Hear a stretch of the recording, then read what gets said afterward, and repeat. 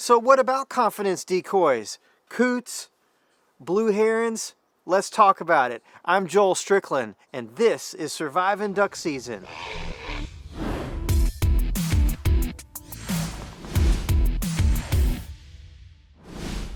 Thanks for watching Surviving Duck Season, where we feed your waterfowl obsession and help you to maximize your experience.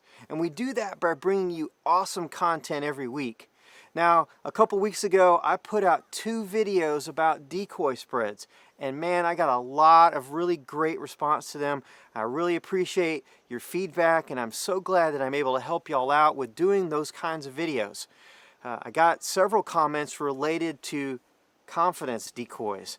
And I really have gotten that question about them many times. You know, what's a confidence decoy? Do they work? Which ones work? So we're going to dive into that today. Now, if you're enjoying what I'm doing on this channel, make sure you subscribe and click the bell notification. That way you know every single time I drop a new video. Now, I've also got some brand new merch on the website, like this pullover right here, as well as some other logo wear for Surviving Duck Season. Make sure you check it out at survivingduckseason.com. So first, let's talk about the whole idea of what confidence decoys are for. So in this instance, the word confidence means assurance, so that the ducks are going to believe that what they see is real, and then they'll come in.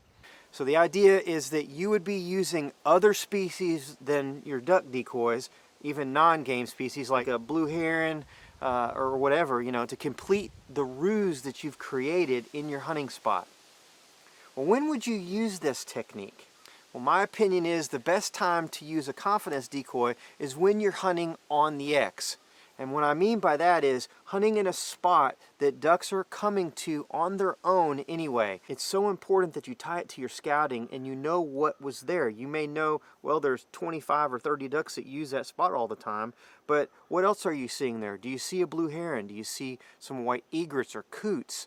If that's the case, then that's when you would want to add those, you know, to the spread. Make sense? Now, this all goes to the realism philosophy that many guys believe works. So do I use confidence decoys? Well, I have used them before, actually quite a bit over the years, because I wanted to know if they really worked. And I honestly have never seen any difference.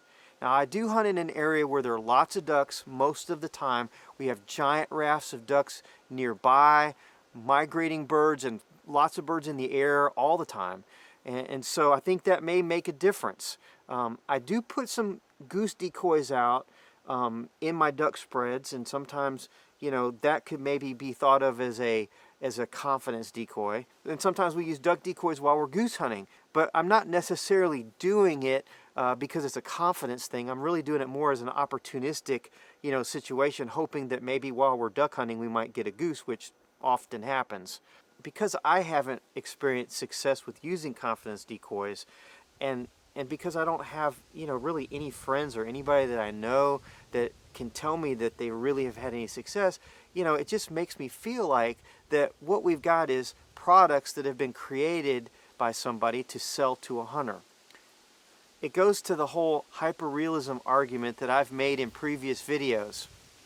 But as far as does a confidence decoy really work, I think we're really giving a duck an awful lot of credit that they can reason. Can you imagine a duck flying over a spot, looking down and going, "Oh no, where's the heron? He's not there. Danger, danger." You got to remember, we're talking about an animal that's got a brain the size of a pea. I think people believe that animals think and see the same way we do. The difference in humans is that God gave us not just a brain, but a mind that we have so that we can reason, so that we can create things out of nothing, so we can understand why things are the way that they are. We can adapt in any environment, not just use our instincts within an ecosystem like animals do. Animals don't think the way that we do. And so consider that. Eyes are on the sides of their heads instead of the front, so it changes their perspective about the way they see things. That stuff we have to always consider when we're planning how we can, you know, be effective as hunters. I know there are guys who swear by using coot decoys. Oh, they're the best confidence decoy there is. They'll come right to them. But to me, that's not a confidence decoy, that's an attractor. And I'm not convinced that they're coming to a coot decoy because they're attracted to a coot. I mean, I think it's because they're black and they can be seen better. I mean, why would a mallard duck consciously go to a coot? I mean, can a duck flying over recognize from way up that that's a coot and he wants to go in and hang out with them? I did get an interesting comment from Patrick Bordelon. He says, I have to disagree with your thoughts on coot decoys. I put out several dozen around my blind within 10 to 15 yards in a tight raft, and the majority of my birds land really close to this raft. I've watched birds in open water pour into rafts of coots. I used to hunt saltwater marsh and would still use coot decoys, and the birds would land in them even though there weren't any coots for miles. Actually, I think that's a pretty good strategy that I might be willing to try out myself, except using my black duck decoys.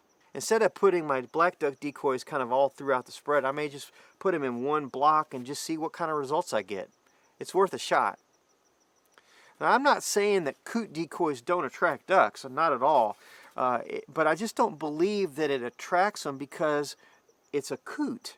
I think you'd have the same experience with using black duck decoys, ringneck duck decoys, or even painted black milk jugs. It's the black color that stands out on the water that helps them to see it, and then it attracts it to the spread. I could be wrong. You know, maybe ducks have all along loved coots and think that our black duck decoys are really coots. I have to talk to a biologist friend of mine and see if he knows. If I'm wrong, then I'll stand corrected. What do you think? Do you use confidence decoys? Can you say with confidence that they really work? Let me know in the comments below. And if you missed my video on hyperrealism, check it out right here.